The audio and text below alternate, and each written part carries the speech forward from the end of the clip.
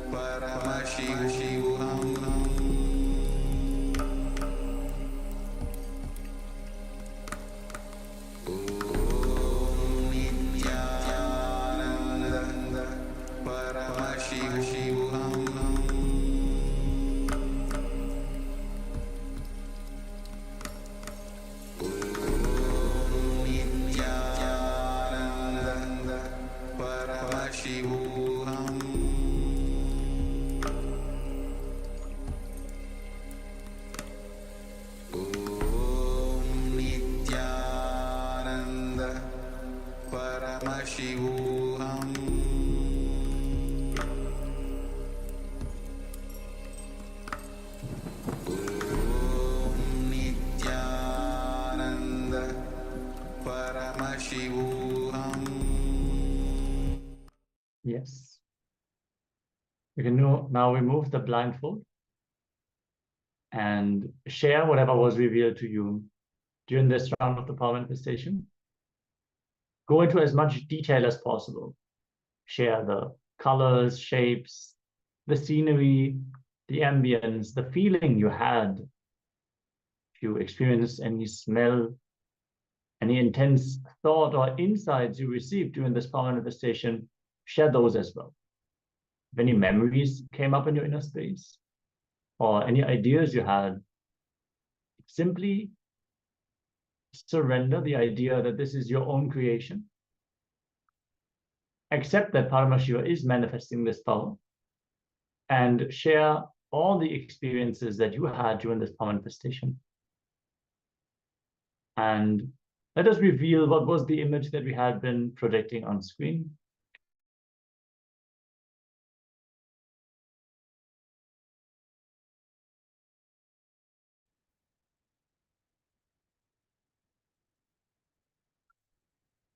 Yes, as you can see, there's a swarm of jellyfish in a violet, purple, pink light in front of a dark background.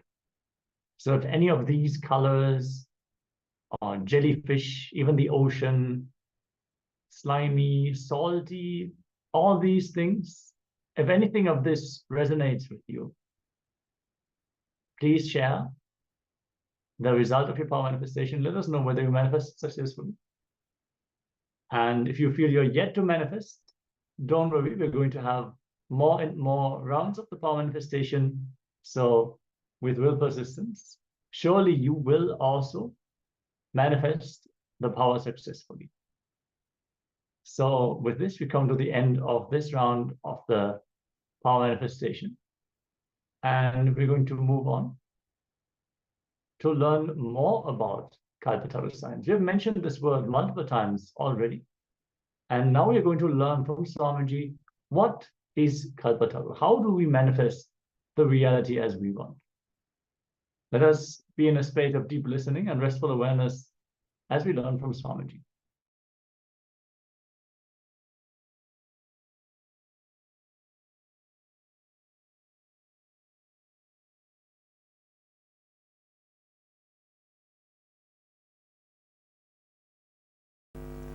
Sri Ramakrishna gave first Kalpataru darshan on the planet Earth by Sri Ramakrishna on January 1st, 1886. And 112 years later, on this very day, 1978, the happening of Nityananda happened on the planet Earth. Your thoughts become words, words become actions, actions become life, life becomes reality.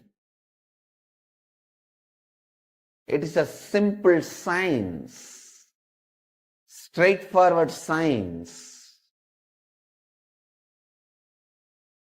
Kalpataru process is initiating you to harness the power of your reality by making you harness the power of your words, power of your thoughts, power of your actions, power of your life.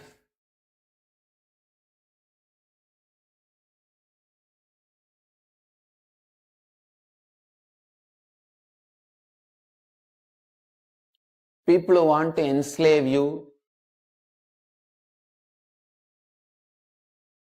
constantly brainwash you. Life is full of difficulty and impossibility.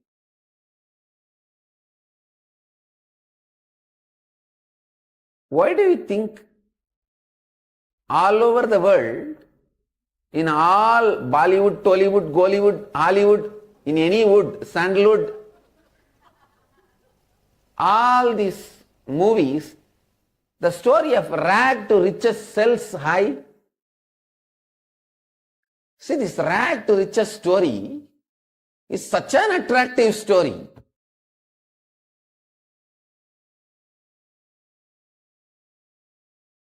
Everybody just celebrates that person as a hero if he is from rag to riches. Means penniless to billionaire. This rag to riches story is such a glamorous story. Why? Because you feel it is impossible. He has achieved impossibility as a possible. No, I tell you.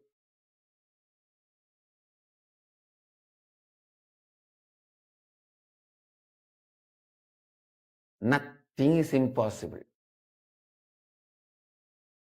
If you are stuck with the idea of impossible, even brushing your teeth is impossible. If you are clear about possibility, simply the whole thing is possible.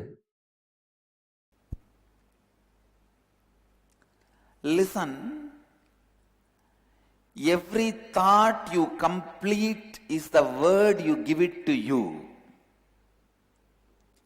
You have to honor it. It means what? Now, you cannot have the thought of suicide. You cannot entertain the thought of fears. Fear is nothing but smaller levels of suicide. You cannot entertain the thought of suicide, because if you entertain, it is equivalent to a word given to you and you have to fulfill it, honor it. You should not entertain the thought of suicide. You cannot entertain the thought of fears. Literally all the time you are sitting under Kalpataru. There is a beautiful story. One man, without knowing the tree is Kalpataru, was resting under the tree. Suddenly he had a desire. If somebody brings me food, how nice it will be. I am so hungry. Food appeared. He ate. And then if somebody gives me one cot, it will be so nice. I can lie down and sleep. I am so tired. Cot appeared. If there are two women also to press my feet and do seva, it will be so nice. I can sleep peacefully. Two women appeared. Suddenly he had the thought, oh God, whatever I am thinking is happening. If a tiger comes here and attacks and kills me, what will happen? Tiger appeared and killed him. Over. Understand, it is not that only that man is under Kalpataru. All of us are always under Kalpataru.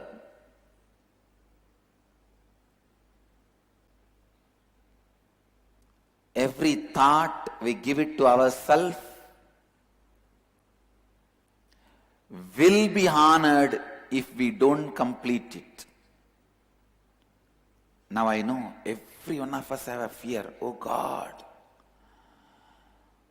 Then so many negative things I thought. What to do? There is nobody alive who has not entertained the thought of suicide even for once, including me. I had the suicidal thought.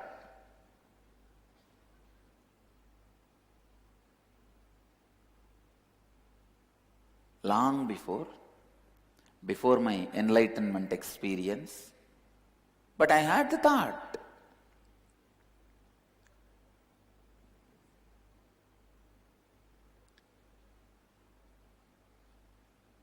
So listen, now all of us have fear. What to do if all these words we gave it to ourselves starts getting fulfilled? No, you don't have to worry. Now complete them. Complete them. One by one, sit and declare to yourself consciously, all the negative words I gave it to me, I am not going to honor it. I am dropping it by completing it.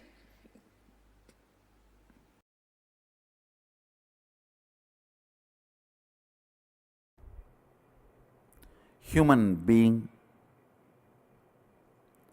is a seed, possibility.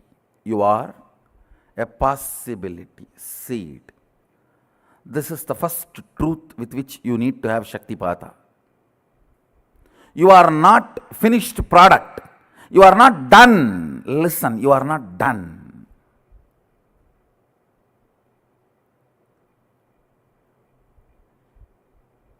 The moment you come to the idea, you are done. I tell you, you are done. You are not done. It is unfortunate nowadays, even teenage kids feel they are done. It's really unfortunate. As long as you don't think you are done, you are my Balasant.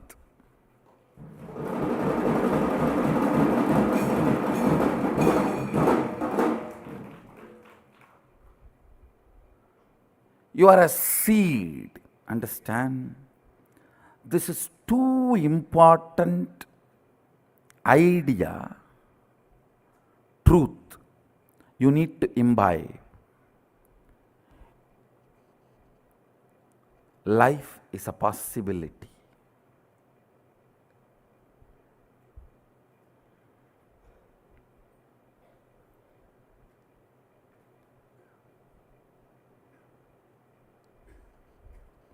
All the ideas which comes inside you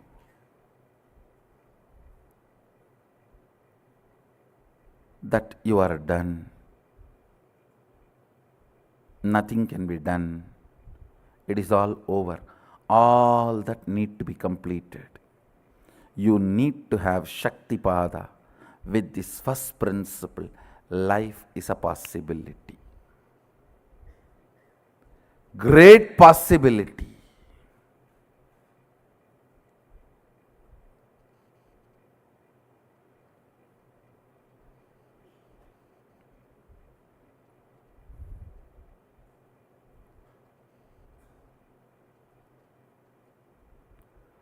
Look into yourself and see in how many places you closed the door of possibilities for you. Sometimes learning the language. You know, that is all not for me. I have already done one or two, that's enough. Or learning something like as simple as swimming or cooking. No, I'm too old for all that. Or things as simple as just grooming yourself to look decent and presentable. What is there? I am already married. Marriage is not a crime that you can't be presentable, you can't be decent.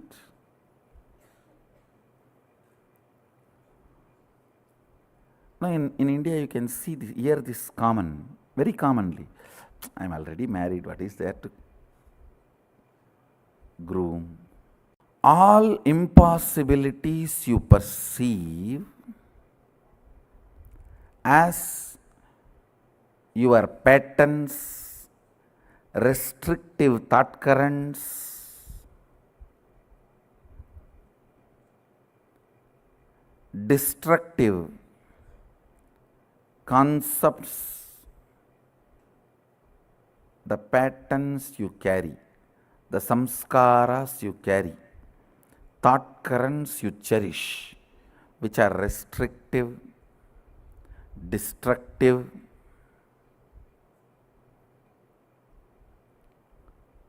which reduces your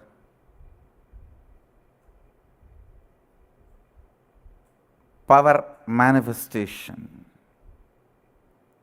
All of them are dead. Please listen. Listen to the second statement. I'll give you an example. If you think, I want to get up in the morning and do yoga and build my body, but my laziness, you see, morning, any alarm cannot wake me up.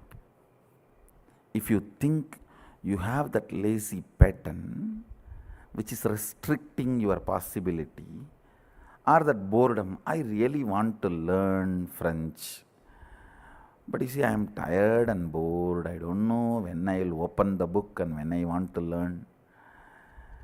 I really want to learn English, but I cannot stand reading one statement and one sentence. If you think all these patterns are torturing you, listen carefully. The good news is all your patterns are dead. But the person who needs to break the patterns will is alive.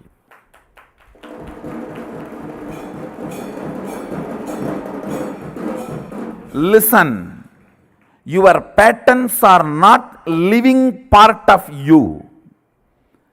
They do not live, means they do not exist. You are a living mechanism. They are not part of the living mechanism, which is you. Listen carefully. Same way, as long as you perceive problem, it's a problem inside.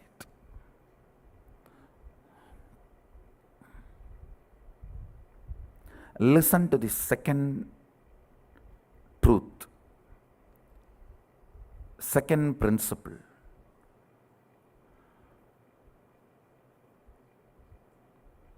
Everything you think stops you, whether your physiology, mind, life.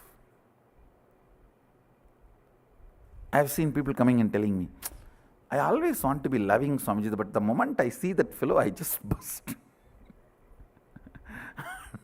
Mess up the whole thing, only then I even remember I wanted to be very loving.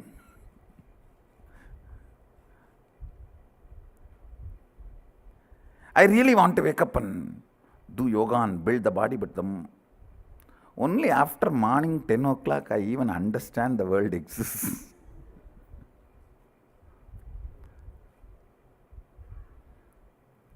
I really do not want to drink, but I don't know what happens. The moment it is weekend, Friday evening, I already discover myself I am in the bar. And I don't know what happens from workplace to the bar, how I reach, I don't know. I suddenly wake up with a bottle and cigarette. Only then I am realizing I am alive. Whatever may be the pattern, please understand, they are dead. They do not have life. They get life only when your will supports it. All compulsive thought currents and compulsive actions, listen, all compulsive thought currents and compulsive actions do not have life of its own.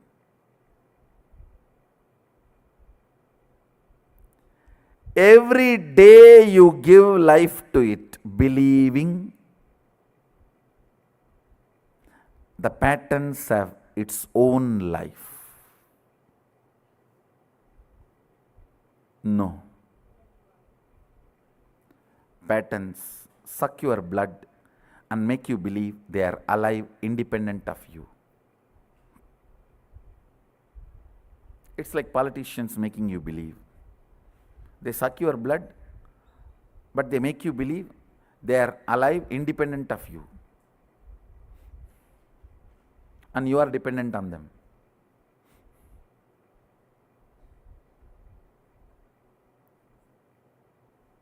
No way, nowhere.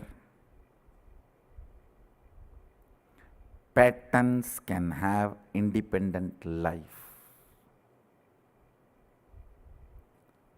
Third statement, very important, understand. Your will gives life to your patterns. You deciding you will not give life to them anymore means patterns are dead already. You just need to perform the last rites. You just need to perform the last rites.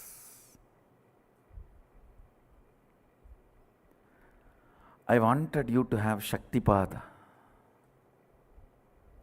Means realizing these three statements. I'll repeat all the three statements. First, listen to all these three statements. Just sit up, and even if you missed in between, went away somewhere for vacation and came back, it's okay. Now listen, just these three. You are a possibility. You are a seed. You are not yet done. Finished product. You are not a finished product. You are only a seed happening, opening and happening.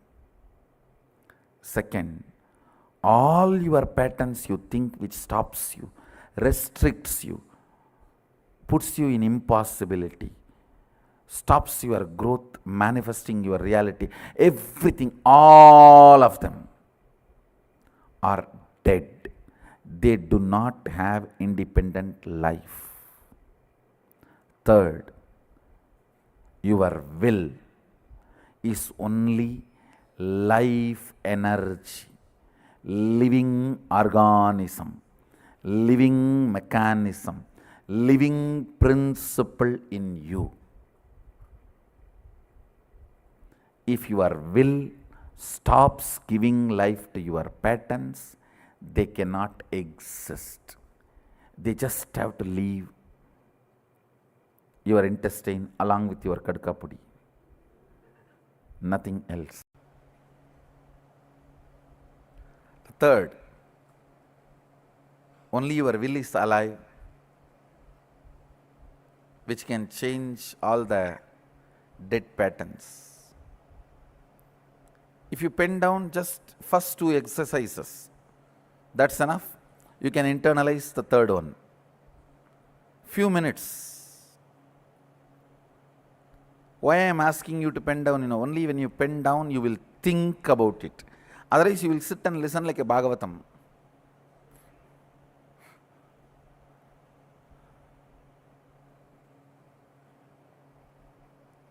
I want you to think, look into these ideas, try to internalize. Let's take few minutes and pen down all the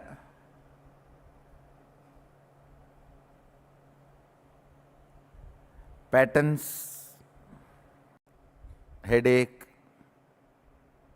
curing your stomach, healing your stomach pain, are as difficult as you think.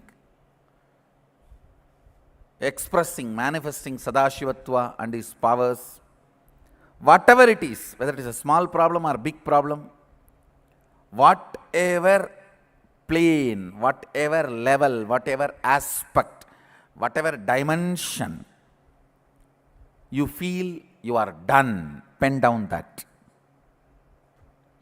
Pen down that. Even if you are 99, almost in deathbed, I can make you manifest powers of Sadashiva. Understand? No, I am not, no, sorry, please understand, I am not doing any proud claiming or pride claiming or ego claiming. No. I am just stating the fact. It's a simple fact straight away. It's as simple as getting rid of, your problem can be as simple as getting rid of your headache, or as difficult as getting rid of the person who is giving you a headache.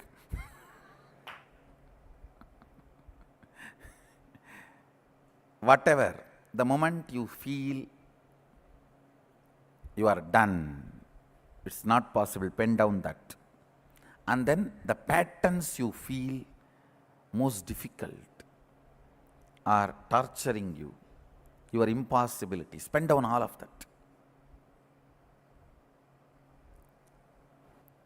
Now, the third important step, listen. As I told you, your will is the only living mechanism. I should say organism. Your will is the only living organism in your system. Using the will, making all your dead patterns redundant, irrelevant, is what I call completion. Listen. Completion means making your patterns, impossibilities, past thoughts, emotions, patterns, hangovers, residues, incompletions which are sitting in your present and destroying your future, making them irrelevant and redundant to your life because they are already dead. Understand? It's one of the most powerful technique. Sadashiva explains this technique to Devi Parvati, and in Shivagama, Shivajnanopanishad, chapter, Shivajnanopanishad chapter, 94th verse, 22nd technique. I'll read out the verse and then explain the technique. Chittat yanta kritir nasti mamantar bhavayet iti vikalpanam apavena vikalpair uchito bhavet. I'll give you the translation. Listen.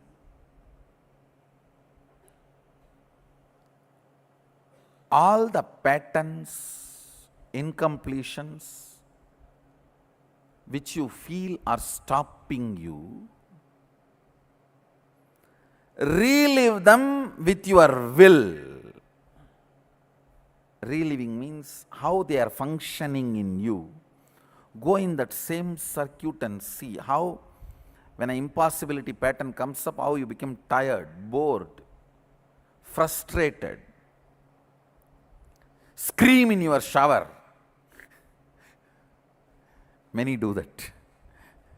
When you are in your restroom, in your shower, if you suddenly remember impossibility pattern or a person who is embodiment of impossibility in your life, the way you react.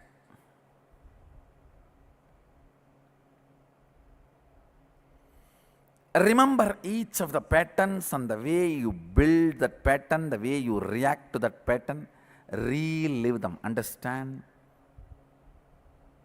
Reliving is not remembering. Remembering means sitting and thinking what happened. Reliving means forgetting the present and getting into that situation and literally like a 5D, like 3D, 4D, 5D, experiencing it. How when you are in shower, if you remember the person, you slap the water.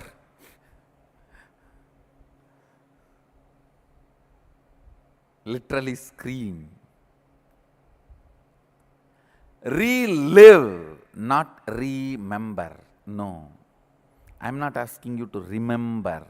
I'm asking you to relive every impossibility, every incompletion, every powerlessness, every suffering, every suffocation which stops you, which makes you feel you are not yet complete, which makes you feel you can't manifest what you want. Each of this pattern, just go into that pattern, read what you wrote, go into that pattern, and the same experience, same emotion, relive them consciously. Suddenly you will see they collapse. That impossibility collapses. Means the dead snake is burnt. Your will is the only living mechanism. If you relive all the dead patterns, your will realize your patterns are dead. They do not have life. They were posing as if they have life. They themselves do not have life. When you relive, this understanding will raise in your system. Each of the patterns, impossibilities, incompletions, frustrations you wrote, pick them up and start reliving with your will. Start reliving.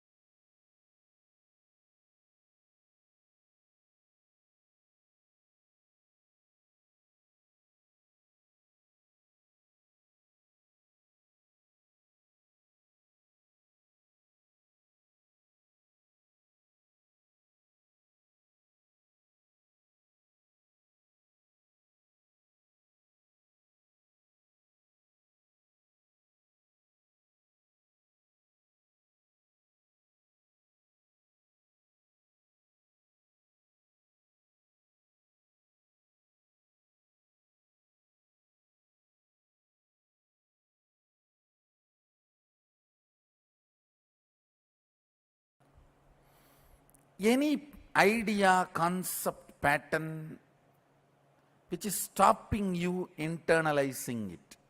If you have few minutes, pen down. Listen carefully. See, when I say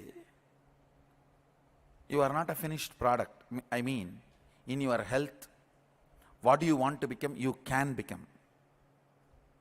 It's not that your life is, your body is sealed, that nothing can be done anymore. You can't change the shape, size, or strength, power, energy. There's nothing like you can't change all of them. It's all over. No. You can change anything as you want. Still the possibility is open, available. In every level, whether health or wealth or mind or relationships or whatever, in every level,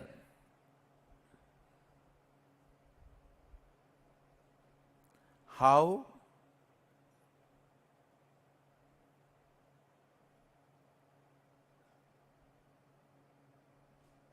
things can happen, how possibilities can open. If you have any idea, pattern that it is not possible, pen them down. By bringing it to your awareness, I'll make them powerless over you. I'll remove them from your inner space, from your cognition, from your depth. Second, the impossibilities you carry. Listen carefully. The patterns which restrict you. Oh, this is not possible, that is not possible, my wife will not allow, my boss will not allow, and the society is not going to allow. So many impossibilities you carry.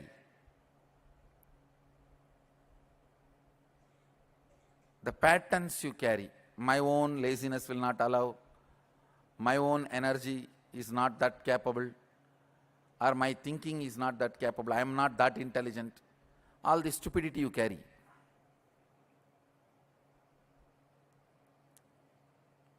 All that. Pen down all the impossible patterns you carry. Means which are dead snakes. If you are having dead snakes all over you, you are only Shiva. Only if you are having living snakes, you are Shiva. Will is the living snake. All the patterns are dead snakes. So all the dead snakes you are carrying, pen them down.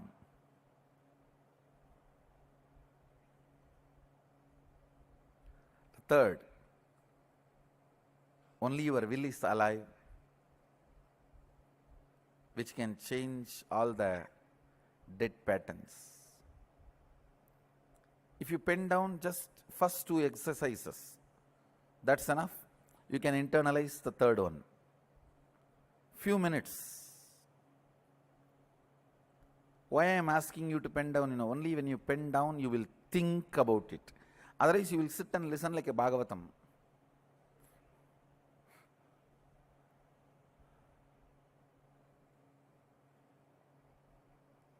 I want you to think, look into these ideas, try to internalize. Let's take few minutes and pen down all the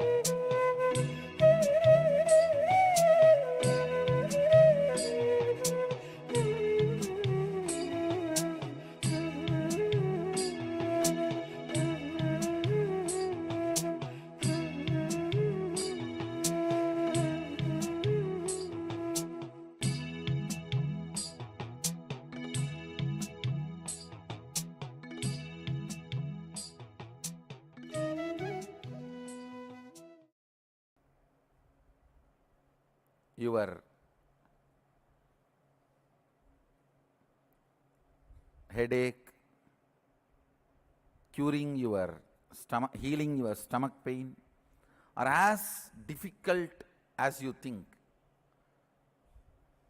Expressing, manifesting Sadashivatva and his powers, whatever it is, whether it is a small problem or big problem, whatever plane, whatever level, whatever aspect, whatever dimension you feel you are done, pen down that. Pen down that. Even if you are 99, almost in deathbed, I can make you manifest powers of Sadashiva. Understand? No, I am not, no, sorry, please understand, I am not doing any proud claiming or pride claiming or ego claiming. No. I am just stating the fact. It's a simple fact straight away. It's as simple as getting rid of, your problem can be as simple as getting rid of your headache, or as difficult as getting rid of the person who is giving you a headache.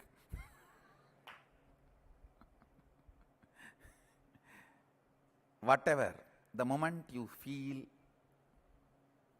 you are done, it's not possible, pen down that. And then the patterns you feel most difficult are torturing you, your impossibilities, pen down all of that.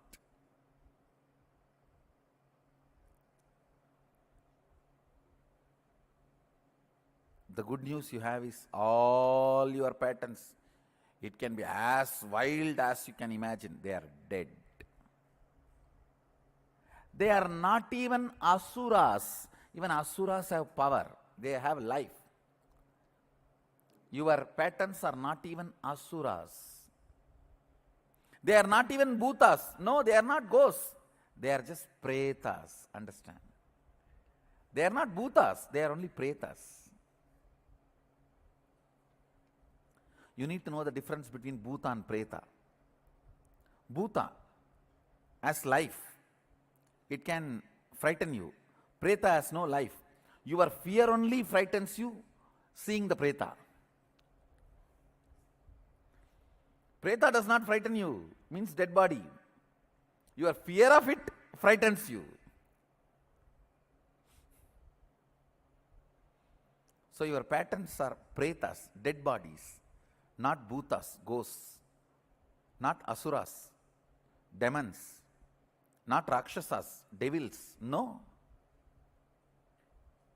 Come on, pen down. Let's burn them. Today is last rite for all your patterns. Completion is the last rite, Shraddha, for all your patterns.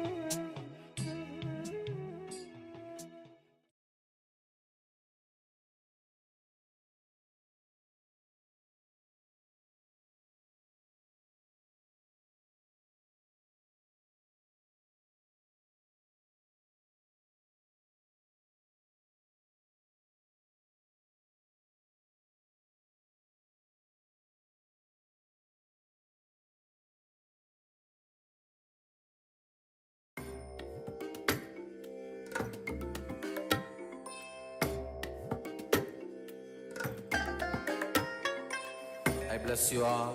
Let you all open all your three eyes and manifest the powers of Mahasudashiva. Om Nityananda Paramashivoham. Om Nityananda Paramashivoham. Om Nityananda Paramashivoham. Om Nityananda Paramashivoham. Om Nityananda Paramashivoham. Om Nityananda Paramashivoham. Om Nityananda Paramashivoham. Om Nityananda Paramashivoham. Om Nityananda Paramashivoham. Om Nityananda Paramashivoham. Om Nityananda Paramashivoham. Om Nityananda Paramashivoham. Om Nityananda Paramashivoham. Om Nityananda Paramashivoham. Om Nityananda Paramashivoham. Om Nityananda Paramashivoham.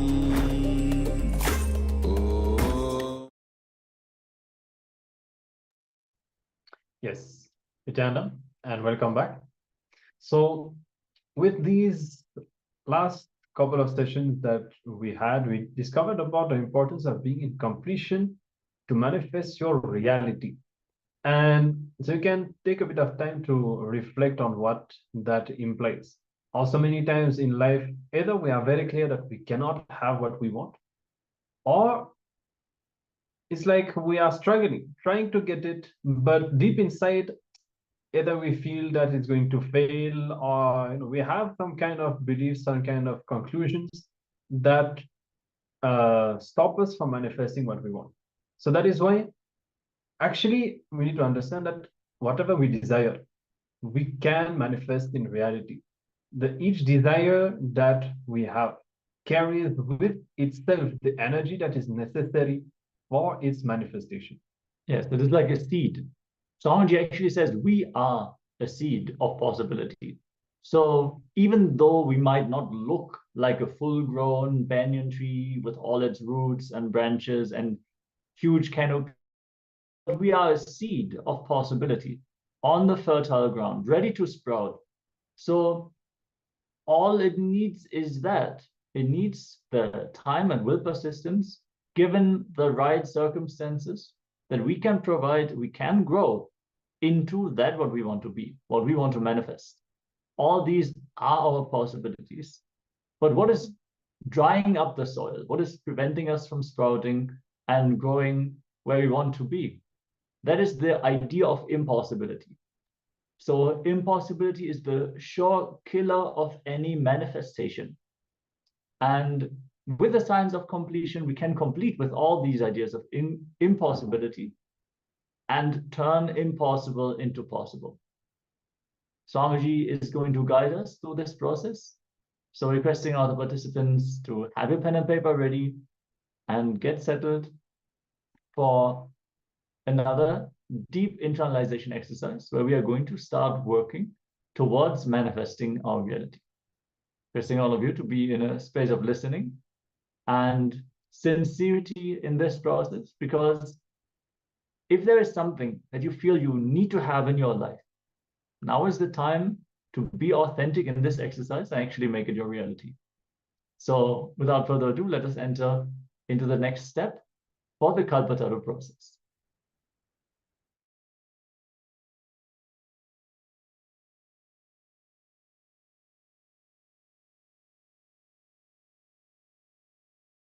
Listen. First, I gave these 3 basic principles on physiology of your reality. Next, you internalized them, digged out the patterns,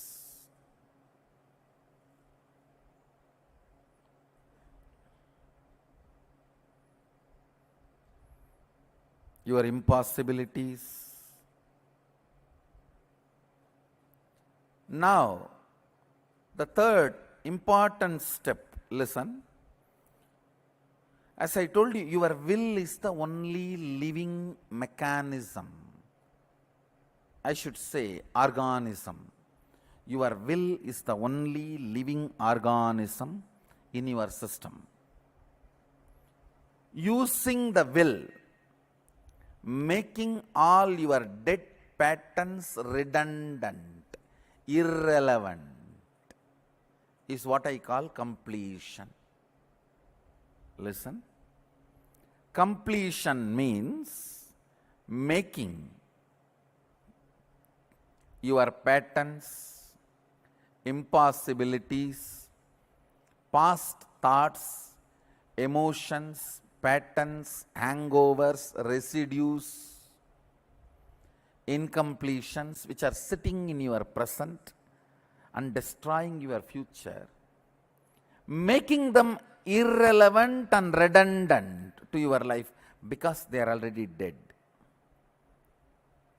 You are now surrounded by dead snakes. Don't be frightened.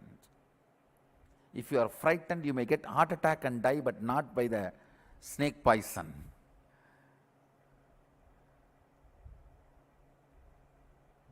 Being surrounded by the dead snakes and having heart attack and dying is the worst way of dying. That is too cheap way of dying. Even in death, don't be so cheap. No, really. Even in death, don't be so cheap.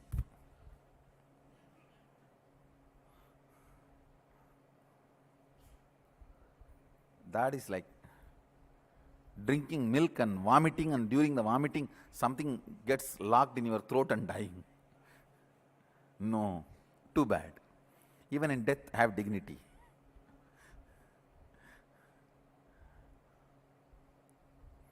Making your already dead patterns. First of all, recognizing they are already dead. Your patterns, impossibilities, incompletions, past thoughts, residues, hangovers. Listen. All the ideas of impossibilities you carry, the thought currents from the past, sitting in your present and destroying your future, I call them incompletions.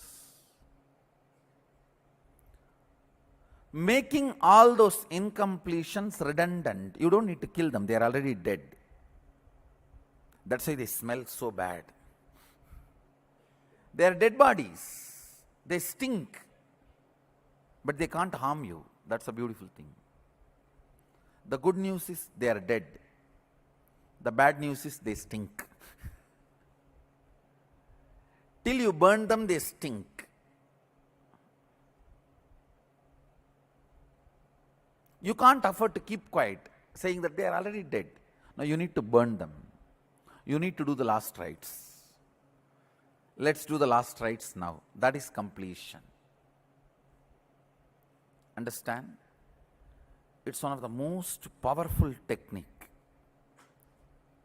Sadashiva explains this technique to Devi Parvati. And in Shivagama, Shivajnanopanishad, chapter, Shivajnanopanishad chapter, 94th verse, 22nd technique. I'll read out the verse and then explain the technique.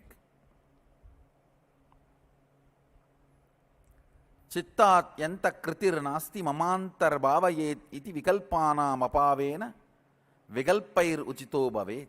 I'll give you the translation. Listen.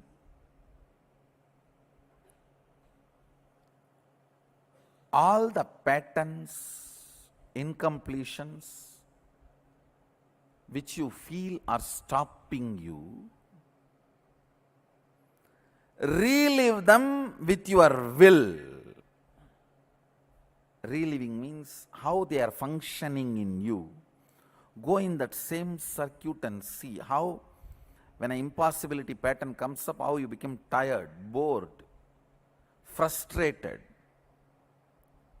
Scream in your shower. Many do that.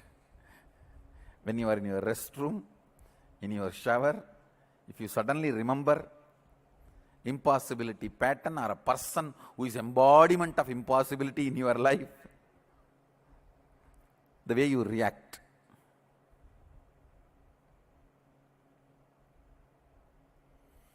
Remember each of the patterns and the way you build that pattern, the way you react to that pattern. Relive them. Understand? Reliving is not remembering. Remembering means sitting and thinking what happened. Reliving means forgetting the present and getting into that situation and literally like a 5D, like 3D, 4D, 5D, experiencing it. How when you are in shower, if you remember the person, you slap the water.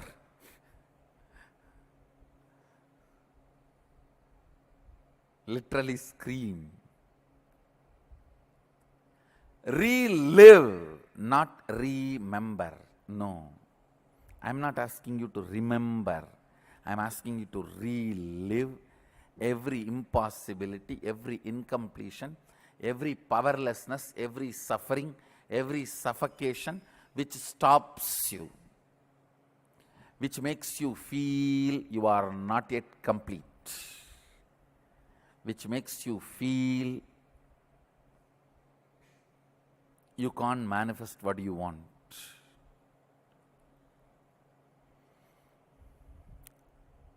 Each of this pattern, just go into that pattern, read what you wrote, go into that pattern and the same experience, same emotion, relive them consciously. Suddenly you will see they collapse. That impossibility collapses. Means the dead snake is burnt. Your will is the only living mechanism. If you relive all the dead patterns, your will realize your patterns are dead. They do not have life. They were posing as if they have life. They themselves do not have life. When you relive, this understanding will raise in your system. Some of the impossibilities, patterns you carry, which are sitting inside you very powerfully, will collapse completely. And I am sitting here to make the Shakti Nipada happen in you and bring completion inside you. You do your job, I'll do my job.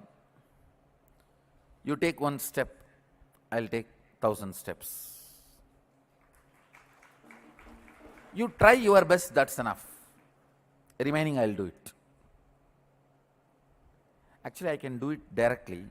The problem is, if you don't even try whatever you can, you don't feel you achieved that state even if the completion happens. You create self-doubt.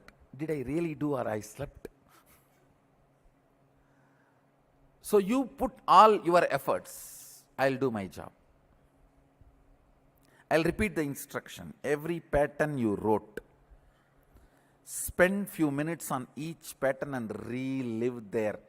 That suffering, suffocation, incompletion, nameless emotion, frustration, everything consciously relive at least 5 times. Suddenly you will see they will lose power over you. They will just collapse. They are no more heavy on you. Please read what you wrote, few minutes, and